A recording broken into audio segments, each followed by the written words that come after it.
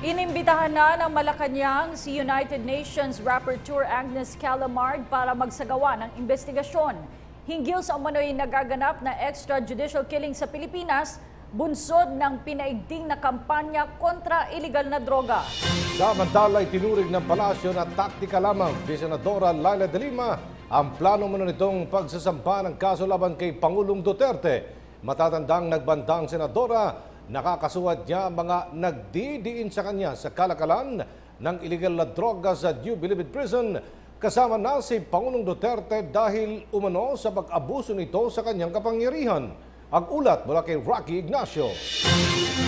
Nagpadala na ng formal na imbitasyon ng Pilipinas sa United Nations Special Rapporteur para magsagawa ng investigasyon sa umano'y extrajudicial killing sa bansa.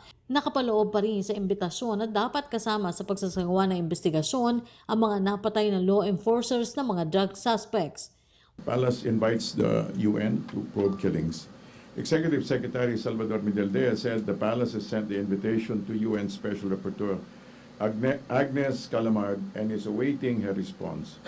In its invitation, the Palace also urged, and I think this is notable, the UN Rapporteur to include in her investigation the killings of law enforcers by drug suspects so that she could obtain an accurate perspective of the drug problem in the country.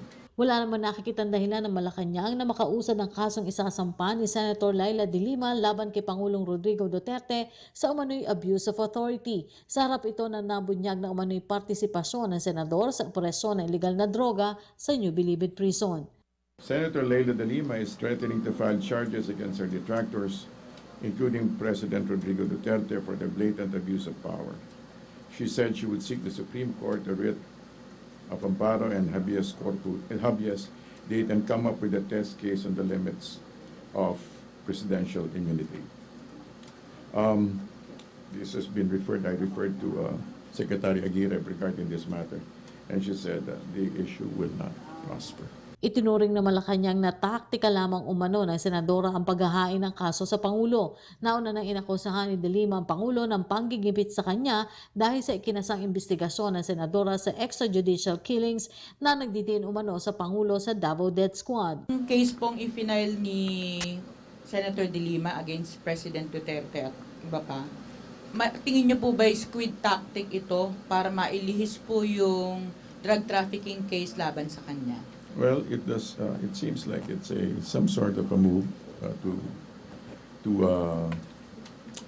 elude the focus on her. Thank you.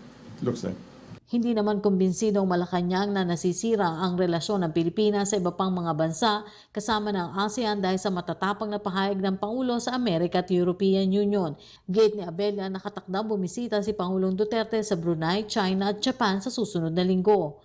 Ang Pilipinas ang host ng ASEAN Summit sa susunod na taong 2017. Para sa PTV News, Rocky Ignacio.